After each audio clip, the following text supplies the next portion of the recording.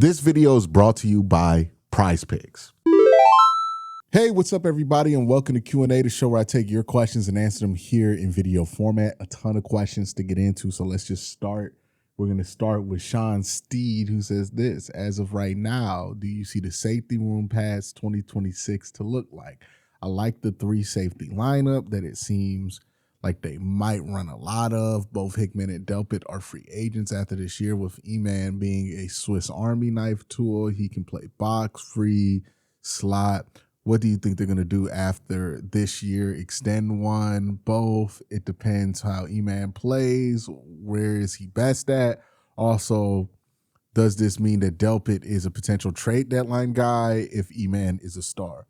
I don't think so, because it's not like Grant Delpit's expensive, right? Like, the thing that would make somebody tradable is like getting their money off the books, but he's not an expensive player, and he's pretty vital to your locker room leadership, right? Like, Grant Delpit was somebody who was willing to play special teams and kind of set the tone when the Browns were having issues on special teams. That's somebody you want to probably keep around.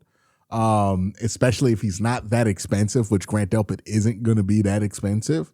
Also keep in mind, right? Remember when they were developing JOK, one of the things I thought they did really well was not go crazy with the whole Swiss Army knife thing and just let JOK get good at one thing first, right?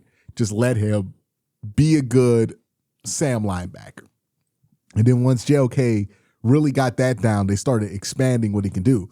I wouldn't be surprised if the process is similar with Emmanuel McNeil-Warren, where they let him start out somewhere where, what he does is relatively simple. He's going to blitz. He's going to play some rundowns, maybe even some dime package, but relatively just work him in and let him work with not a ton on his plate early, so that he could just clear those plates and get better as the year goes on.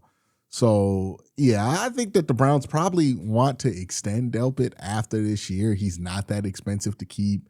You can even see them extending Hickman as well and then just going with three safeties there.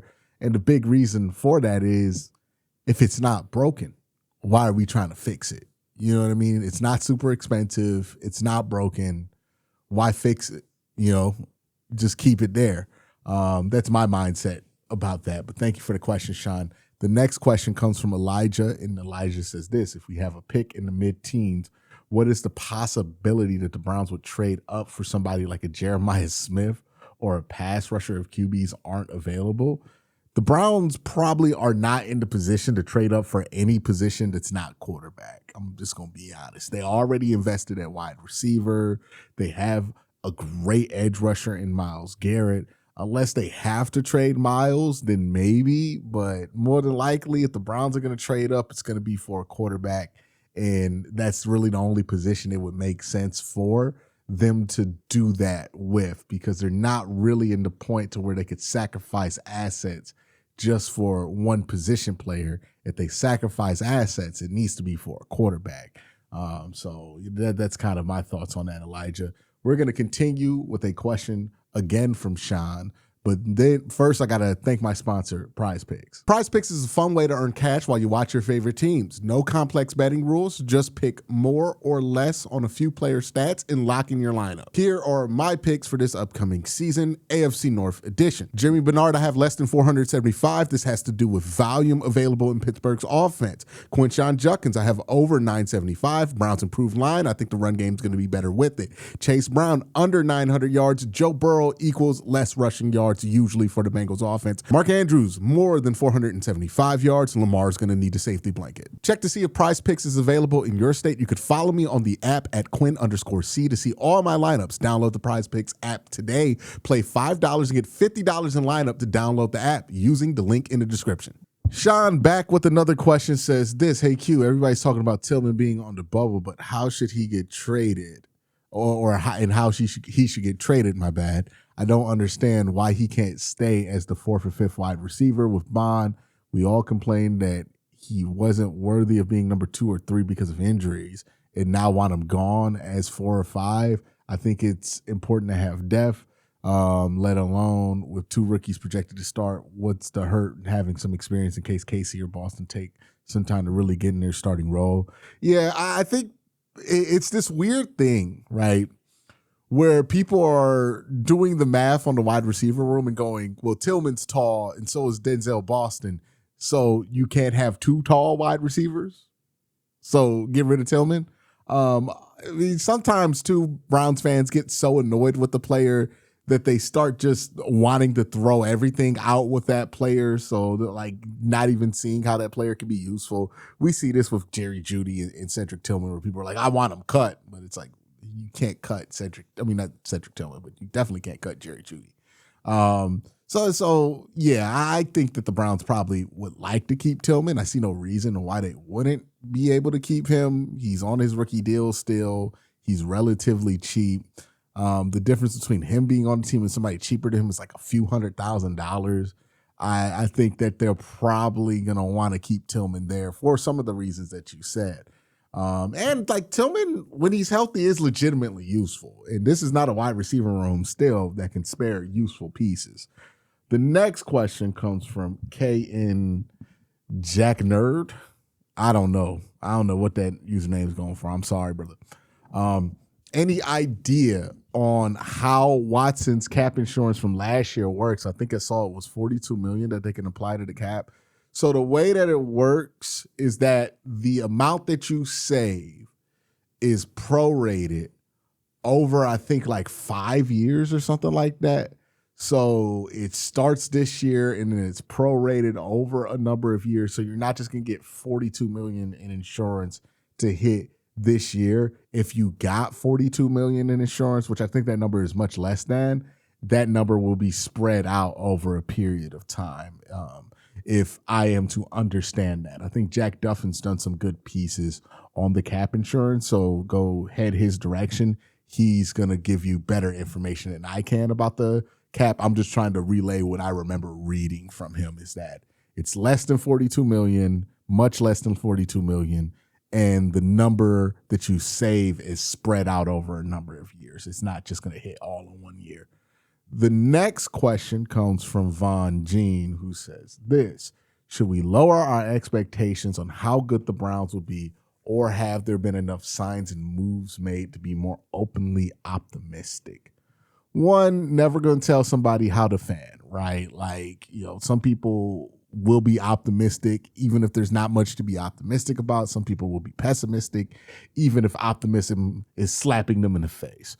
I've done this job long enough to know that people are just going to do what they want to do there. But I think we should have some cautious optimism, in my opinion. Yes, there's reasons to be worried about this upcoming season. Todd Monken is a new head coach. He wasn't necessarily the hottest candidate in the world. But who knows how much that actually means, right? Sometimes hot candidates are good hires. Sometimes they're horrific hires. We've experienced both here in Cleveland. Also, if you're looking at the Browns from an optimistic point of view, like look at all the young talent that they've added in. There's reason to be, I would say, I don't know if it fits into the optimistic, pessimistic framework, but there's reason to be hopeful about this year that you're going to see football that is actually going to be worth the time that you spend to watch it.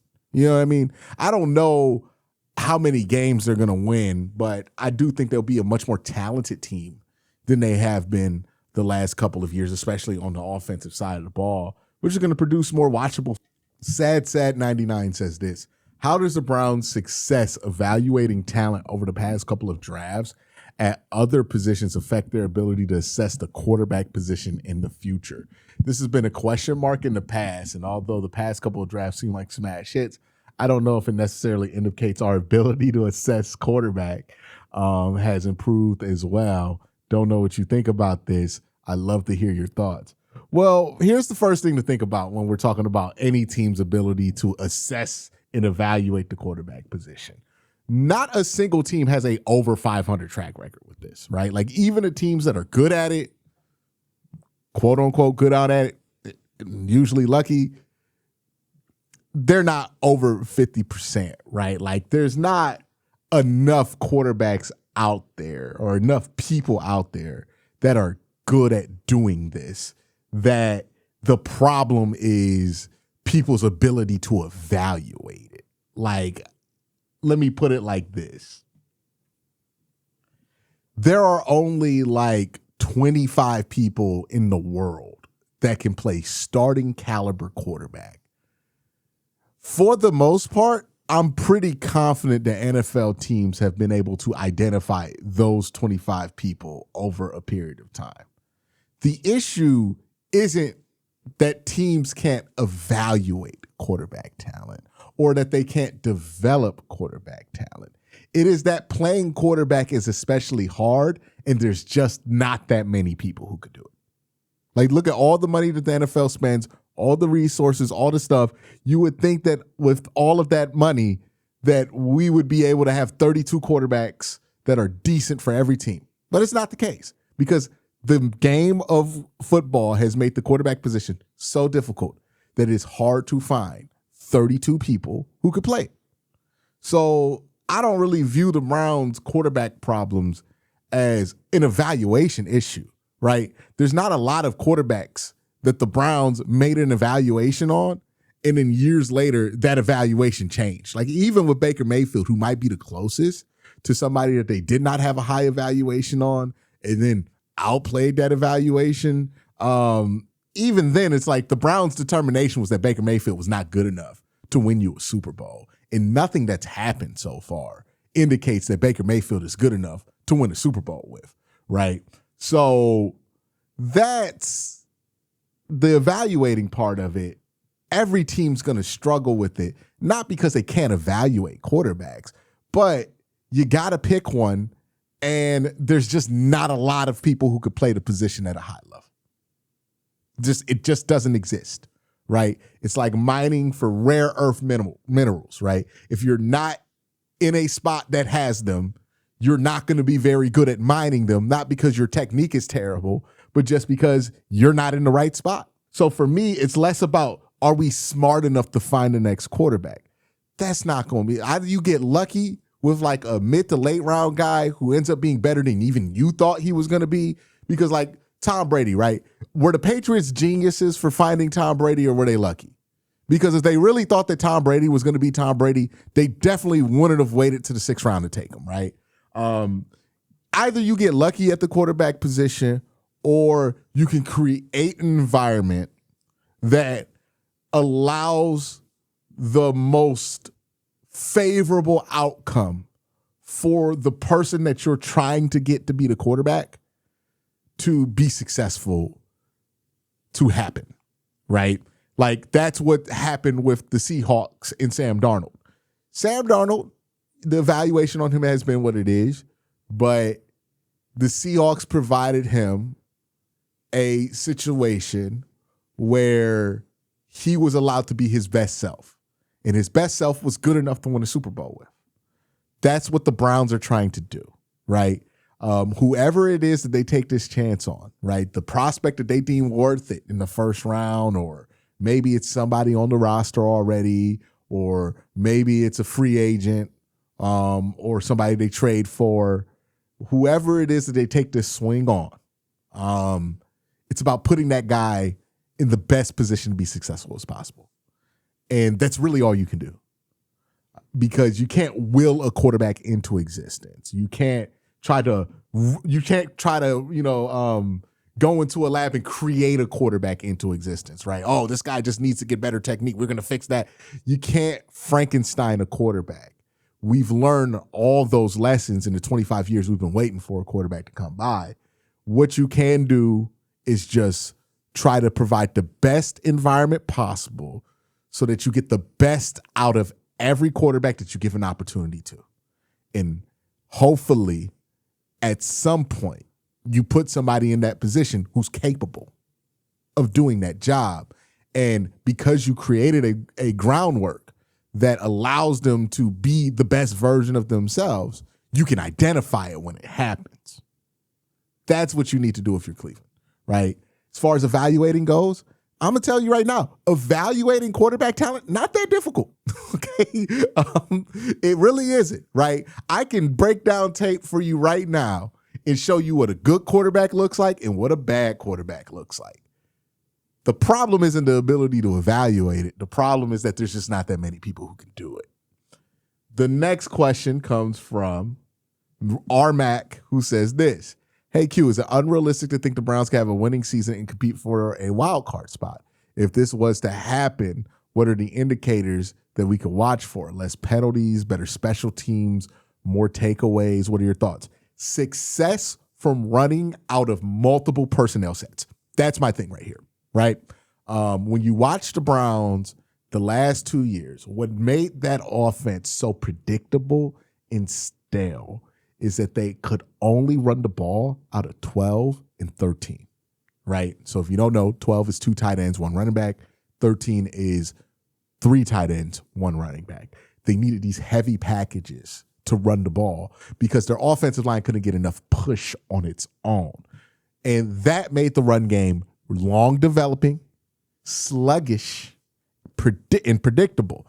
Also, think about what happens when you're running a lot of 12 and 13P and you're not spreading out the offense, or you're not really a threat to spread out the offense. What you're doing is you're putting 1, 2, 3, 4, 5, 6, 7, 8 people on the line of scrimmage, right? Your 3 tight ends, your 5 offensive linemen. Then you have your running back there. That's 9. And your quarterback there. That's 10. Well, if there's 10 people at the line of scrimmage behind the center and behind the quarterback, that means there's probably going to be 10 people in the box just on the natural alignment of the offense. A lot of talk has been had about, well, we need to get wide receivers so the Browns can stop running into stacked boxes. I don't think we understand why that happens, right? The Browns aren't running into stacked boxes because the passing game is not spectacular. The Browns are running into stacked boxes because they can only run out of 13. They can only run out of 12. So they're always seeing 8 or 9-man boxes because that's the personnel that they're running from. If you want to see lighter boxes, well, you have to be able to run from 5P. I mean, not 5P, but from 5-0 protection, right? Basically, just 5 guys on the offensive line, right? You have to be able to run from a various set of personnel in order to make that happen. And if the Browns are able to be successful running in 11, then we're going to see the fruits of that labor, because now we're going to be much less predictable. We're not going to be running against stacked boxes, and it allows play action to be more effective. So that's really something that I think we should pay attention to, right? Run game is going to be the most important thing. I know everybody's going to be focused on the quarterback play. I think the Browns are hoping that quarterback play at best can be neutral, right? But I don't have high expectations from the quarterback room this year because we've seen what that room has produced over the last couple of years. What I do have higher hopes for is this run game. And what will get me excited is if we could see them successful running from a lot of different looks, and especially personnel packages. If they can be successful running the ball out of 11, now we got something, right? Now we got something, right? Even if they could be successful without any tight ends on the field. Okay, all right, we got something. Because that's the missing thing to the Browns' run game that they haven't had in so long, is that ability to catch defenses off guard or to keep defenses on their toes, because they're only good at 3 or 4 things. And when you're only good at 3 or 4 things, it's real easy to prepare for just 3 or 4 things. That's what's the difference between a good offense and a bad offense, right? A bad offense has a few things they can do really well. A great offense has a lot of things that they can do really well. And think about how much more difficult it is when you're worried about an offense being able to do 4 or 5 things really well versus 30 things really well. Changes how you have to play defense, right? It's a simplified way of looking at it. Luca says this: how many years of all-pro Denzel Ward do we got, and do you attack the position with a high-end pick next year? It'll be certainly on the rotation. I think the Browns will consider maybe taking a corner early next year. It depends on what their pick situation is and what the prospects are looking like, but I don't think they'd be averse to taking a corner if that was the best player available. Noel says this, hey Q, what do you think of the week 11 bye? I worry that this new offensive line is playing with as a unit. It might lead to a sloppy start where they drop some winnable games early. Yeah, this is my concern too. A lot of moving parts, not just on the offensive line where you have 5 new starters. You're integrating a lot of new pieces at wide receiver. There's not a ton of experience there. Jerry Jeudy's still the oldest player in that wide receiver room, I think. Maybe Tylan Wallace is older, or Calvin Austin, whoever it is that we signed, is older than him, but he's the oldest returning player.